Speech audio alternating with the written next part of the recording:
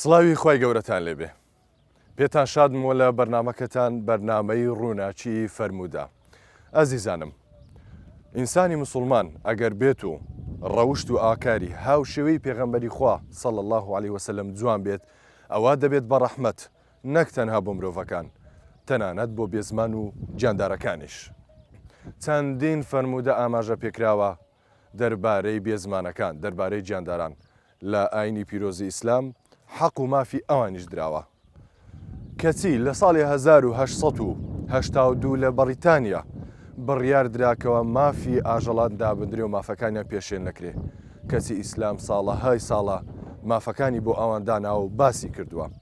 ئەزیزانم، جارێکیان لە دەوروبەری مەدینە کۆمەڵێک حوشتر دزران.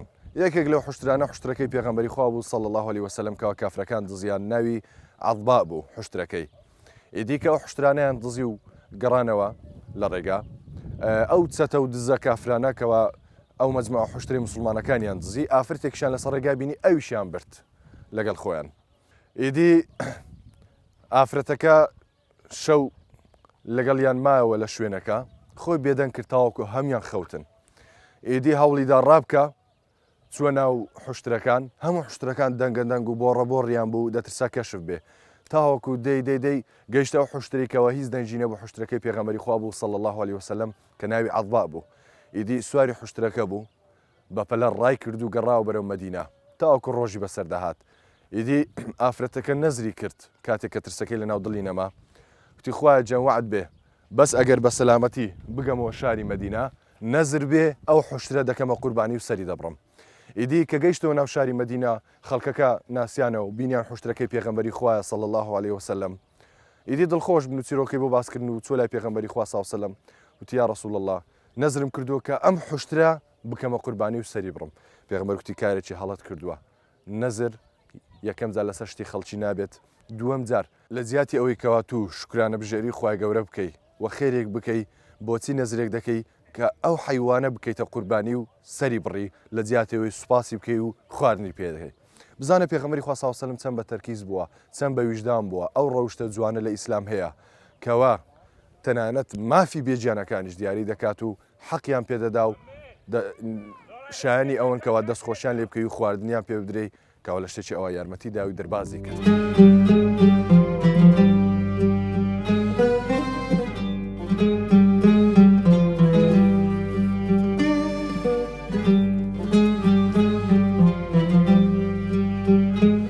ئەزیزانم، جارێکیان لە سەردەمی پێغەمبەری خوا صلی الله عليه وسلم سەحابەیەک دەویست قوربانی بکات.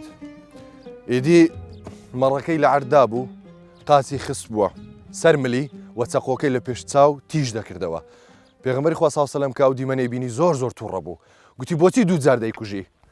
ناتوانی زووتر چەقۆکە تیژ بکەیەوە؟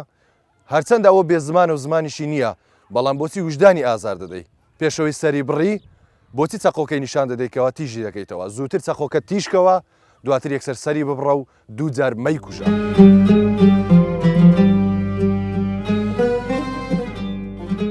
ئەزیزانم، جارێکیان پێغەمبەری خوا صلی الله عليه وسلم لە دەرەوەی شاری مەدینە بوو لەگەڵ کۆمەڵە خەڵکێک، بینی کۆترێک هەر جیوەجیوێکی بەقووەت و بەهێزێتی و دەنجی لێوە دێ.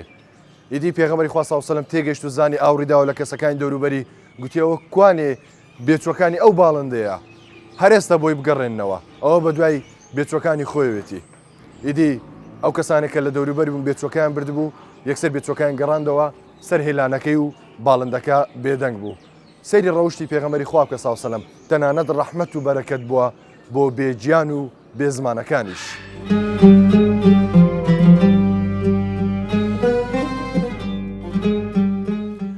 پێغەمبەری خوا صلی الله عليه وسلم نەهی کردووە لەوەی کەوا ڕوخسار و دەست و قاچی ئاژەڵەکان داغ بکرێ، ئیتر بە ئاگر بێ یان بە شتێک گەرم بێ. تەنانەت لە فەرموودەیەکدا پێغەمبەری خوا صلی الله عليه وسلم دەفەرموێت ئەسپ لە هەر ماڵێکدا بێ ئیلا خوای گەورە بەرەکەت دەکاتە ئەو ماڵە و دەبێتە مای خێر و خۆشی بۆ خاوەنەکەی. ئەزیزانی من، یەکێکی تر لەو بێزمانانەی کەوا لە فەرموودەکانی پێغەمبەری خوا صلی الله عليه وسلم باس کراوە پشیلەیە کە زۆر پاک و تەمیزە جارێکیان پێغەمبەری خوا سڵ سەلەم دەچێتە مزگەوت دەستنوێژ دەشوە ئیدی کە دەوێت دەست بە دەستنوێژ شوشتن بکات جامعایەکی لە پێشەوە دیارە لەو کاتە پشیلەیەک دێتی نوێتی پێغەمبەری خوا سڵ سەلەم جامعاوەکە لە پێشی دادنێ پشیلەکە تاوەکو تێر ئاو دەبێت ئاوەکە دەخواتەوە دواتر پێغەمبەری خوا سڵ سەلەم دەستی مبارەکی بەسەر سەری دادێنێ پشیلەکە دەڕوات ئیدی پێغەمبەری خوا سڵ سەلەم لەناو ئەو جامە ئاوەی کە پشیلەکە ئاوی تێدا خواردبەوە دەستنێ شەڵدەگرێ بۆیە پشیلە زۆر پاک و خاوێنە و هیچ پیس نییە و یەکێکە لەو شتانێکە لە ئیسلام مافی بۆ دانراوە و مافی پێوەگرە بۆیە زۆر ئاگدار بن ئەو کەسانێکەوە پشلە بەخێو دەکەن پێویستە مافی بدەن وارەوە بۆ تیزارەت ڕای نەگرن ئەوە ڕوحێکە لە بەردەستە ئەگەر دەزانی پێت بەخێو ناکرێ عزێت و ئازاری مەدە و کڕینی فرۆشتنی پێوەمەکە با گوناحبار نەبیت ئەوەش بێزمانە و مافی خۆی هەیە و خوای گەورە دروستی کردووە ئیدی پێویست ناکە تۆی مسلمان عزێتی بدەیت هاوشێوەی پێغەمبەری خوا سڵ سەلەم ڕەوشتت با ڕەحمەت بێ بۆ مرۆڤ و بۆ بێجیانەکان